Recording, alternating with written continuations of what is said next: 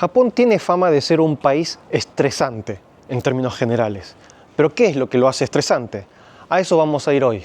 Yo soy Naka, esto es Japatonic y hoy vamos a hablar de la cultura laboral y de las reglas no escritas del país que lo hacen como un país estresante.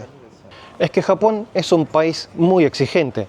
O sea, básicamente es el sistema laboral lo que hace estresante la vida de las personas, de cada uno de los que vivimos acá. Yo en mi caso, como no pertenezco al sistema laboral japonés, no vivo estresado. Tengo otros tipos de estrés, pero la media que tienen los típicos oficinistas, como que Tokio es una ciudad muy administrativa, además de comercial, y el hecho es que vos podés, por ejemplo, si trabajás en comercio, tenés la libertad tal vez de imagen, que por ahí podés tener pelos de colores, porque es llamativo, porque tal vez trabajás en una tienda relacionado con la moda, todo eso, pero vos si trabajás en una oficina, no tenés esa libertad. Vos si trabajás en una oficina, tenés que tener, si sos hombre, el pelo cortado, afeitado, pelo negro, las mujeres también, pelo negro, tal vez como mucho castaño, y ellas tenemos un pequeño estrés de la falta de libertad de imagen, ¿no? De no tener tatuajes también. En cambio, los de comercio tienen que estar lidiando constantemente con lo que es clientela. Es que claro, Japón es un país que tiene fama de tener muy buena atención al cliente. Y es que sí, es estresante la forma en la que uno atiende a los clientes, porque uno los atiende como si fuesen dioses, ¿no? Como que Japón tiene esa fama, ¿no? De que acá el cliente es como un dios y que sí, los japoneses son muy amables, te atienden muy bien, pero imagínense ese nivel de estrés de que estar siempre con buena cara y con buena atención con cada persona que entra a la tienda. Que no se salvan del todo, por ejemplo, los oficinistas, porque muchos oficinistas tienen que también lidiar con clientes, solo que por ahí son empresas, es por teléfono, hay que tener predisposición ante todo tipo de atención con empresas y eso por ahí son clientes menos recurrentes, pero son mucho más grandes y ahí, es que si supiesen, imagínense que Japón tiene esas diferencias de lenguaje que es como el usted y el tú o el vos, pero en Japón como que el usted puede ir a un nivel bastante alto que parece que estás hablando con una nobleza casi. A ese punto tiene esas diferencias el idioma japonés y eso obviamente es muy estresante tener que hablar así de forma tan formal constantemente todos los días. La otra es la jerarquía. Japón es un país extremadamente jerárquico, o sea, en todos los trabajos, sea en la vida cotidiana, el respeto a los mayores, el faltarle el respeto a veces a los más jóvenes, que esos son los que o nos estresan o los estresamos. Y Japón es muy así, muy jerárquico. Vos en cualquier empresa que estés siempre va a estar bien puesto cuál es tu lugar. Y cuando entras en una empresa siempre vas a estar abajo, por más que tengas un puesto un poquitito más alto cuando entraste que los demás, aún así como que tenés que tener respeto a las personas que ya saben y conocen a la empresa, por más que vos estés en un puesto un poco alto, que claro que seguramente rápido vas a estar ahí, ¿no? Cambiar la posición. Pero Japón es un país extremadamente jerárquico, lo cual nos hace constantemente cuidarnos ante las personas con las que hablamos y eso también lo hace estresante. Y otra cosa es el tatemae, que el tatemae vendría a ser la expresión, declaración de lo que está establecido como correcto en la sociedad, que eso más bien es un término que utilizamos muchos los extranjeros para describir lo que los japoneses usualmente más bien lo dicen como kitsukau no jouzu na hito, que básicamente vendría a ser persona que es buena siendo considerada. Y eso es algo que como que es como, entre comillas, premiado, ¿no? Como que es bueno ser considerado. Solo que bueno, el término tatemae es más como fachada, ¿no? Como decir, ser amable o considerado, pero a veces que puede ser de forma falsa, como puede ser solamente por compromiso, ¿no? Es como, por ejemplo, el japonés es muy común que sea considerado con un extranjero, porque el extranjero dice konnichiwa y el japonés dice, ¡ay, sos muy bueno hablando japonés! Cuando es la única palabra que sabe y lo dice con un mal acento, pero como le entendió, dijo, muy bien. Y eso podría ser el kitsukau, ¿no? Lo que es ser considerado para un japonés. Y el hecho es que el Kitskai, o sea, el tatemae, es algo extremadamente naturalizado en la sociedad japonesa.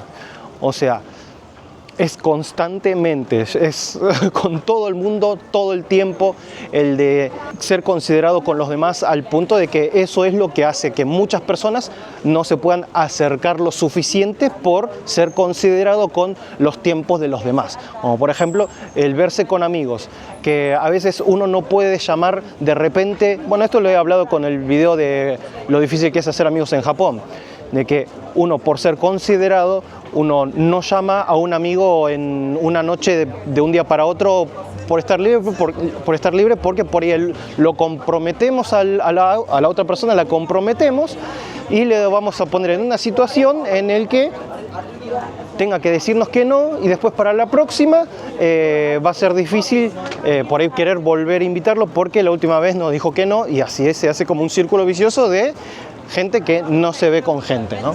La puntualidad.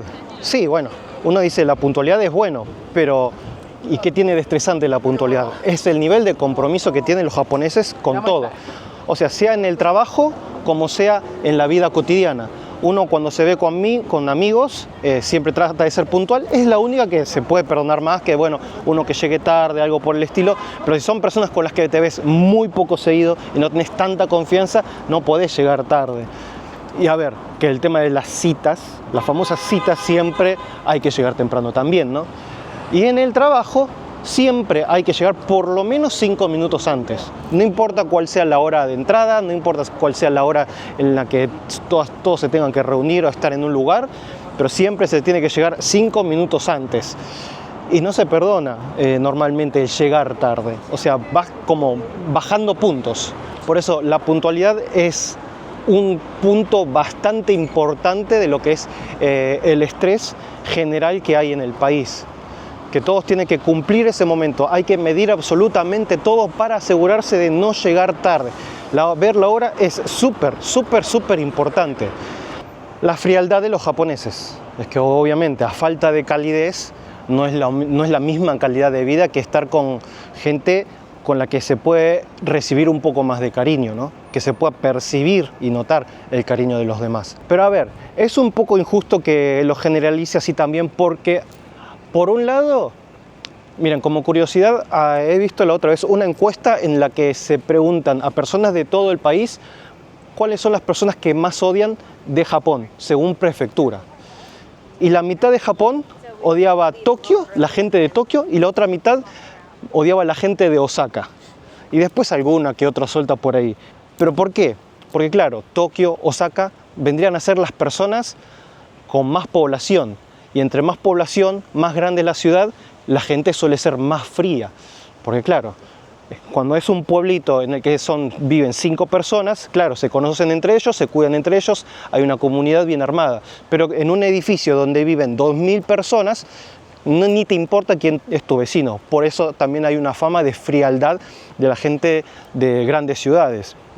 Y el hecho es que en general la gente no le cae muy bien la gente de Tokio, porque claro, los de Tokio son los más fríos, son los que menos tienen interés en socializar, en hacerse amigos entre desconocidos. Porque claro, si vos te vas a zonas de campo, por otros lados, te vas a tomar algo por ahí y la gente es un poco más abierta a conversar, ¿no?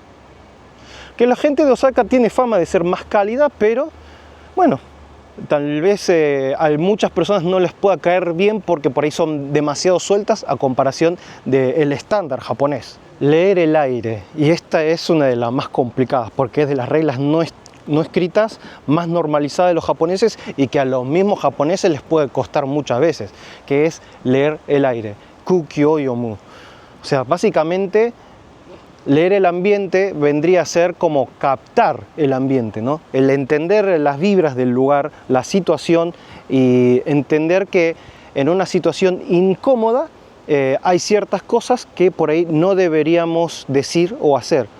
O no necesariamente incómodas, pero por dar un ejemplo, una súper fácil es, por ejemplo, estoy yo con mi pareja y un amigo.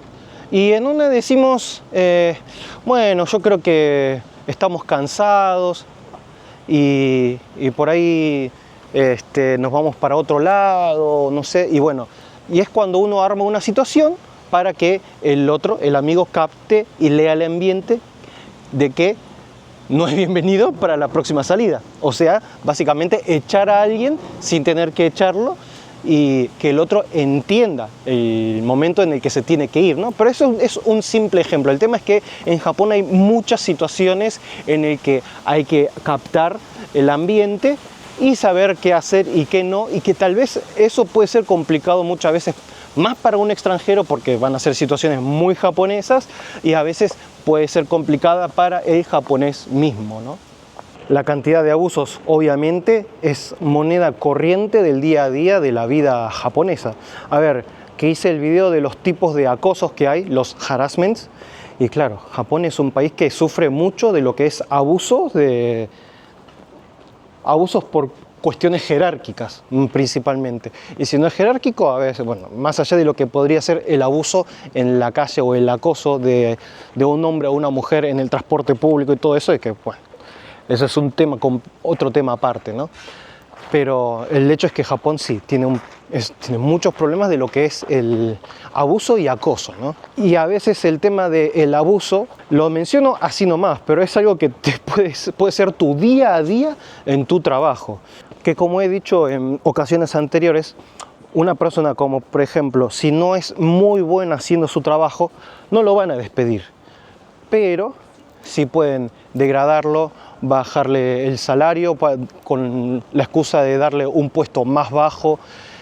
Y el hecho es que la gente, acá está esa cultura de casarse con una empresa, de no querer renunciar, de no querer dejar el trabajo y buscar otra cosa, o no querer ser despedido, porque para que te despidan de una empresa tiene que ser demasiado grave lo que hiciste. Pero el hecho es que la gente se casa con una empresa y tal vez si esa persona le hacen como la vida media imposible para que deje el trabajo porque no lo quieren en la empresa pero no lo quieren echar, entonces esa persona va a vivir sufriendo todos los días acoso laboral, va a sufrir un montón de, no sé, puede incluso hasta llegar al punto máximo sería que el jefe le dé, no sé, una paliza en la nuca, ¿no? Algún golpe o algo por el estilo. Golpe fuerte sería ya un caso extremo, ¿no? Esa cosa del japonés de casarse con una empresa es algo extremadamente naturalizado, es muy común y es una cosa que es justamente por eso de que acá es fácil conseguir una hipoteca. A ver, que eso es algo muy bueno, que está buenísimo de que te aprueben tan fácil una hipoteca solo por tener un trabajo fijo y tener antigüedad de 2-3 años. Pero a ver, hasta ese punto es de importante el ser empleado, o sea, ser dependiente. Porque yo lo he dicho también, yo con mi mujer he tenido la discusión de que quería dejar la empresa de mi hermano y dedicarme solamente a YouTube y los tours. Y ella me decía, no, que es súper importante que trabajes para una empresa, que te van a pagar los impuestos, tu seguro, tu salud y todo eso. Y yo le dije, no. Y tomé mi camino y obviamente soy mucho más feliz ahora, pero entienden que todo el mundo es consciente y sabe de que es mejor ser dependiente que ser freelance, aunque puedas ganar el doble, por una cuestión de estabilidad. Y es que la gente ya tiene incorporada en la cabeza de que tiene que ir a la universidad para conseguir un trabajo en el que pueda estar uno estable. Y todas esas cosas juntan mucho estrés, porque la gente no tiene suficientes libertades. A ver, que sí, es un país en el que está repleto, pero infestado de artistas o gente freelance. Pero es toda esa gente que se escapa, ¿no? Un poquito del sistema laboral japonés. No siempre, porque uno a veces, por ejemplo, para ser dibujante de manga, empieza como asistente y ese es otro mundo aparte que es ultra estresante porque puede ser el trabajo que te gusta, pero vas a estar súper explotado también. Siempre depende, ¿no? Igual, pero bueno. Pero básicamente mantener la posición social y la estabilidad es súper importante para los japoneses y eso te lleva a tener un trabajo que casi sí o sí te va a estresar. Imagínense al punto de que, por un simple y pequeño detalle, primer viaje que hicimos fuera de Japón, con mi mujer, había sido a Taiwán, y recuerdo que cuando bajamos del avión, en el pasillo, un pasillo enorme, largo, había un puestito de vigilancia en el medio y una persona vestida de seguridad que estaba sentada mirando su teléfono. Y con mi mujer nos quedamos y dijimos, ¿cómo se nota que no estamos en Japón?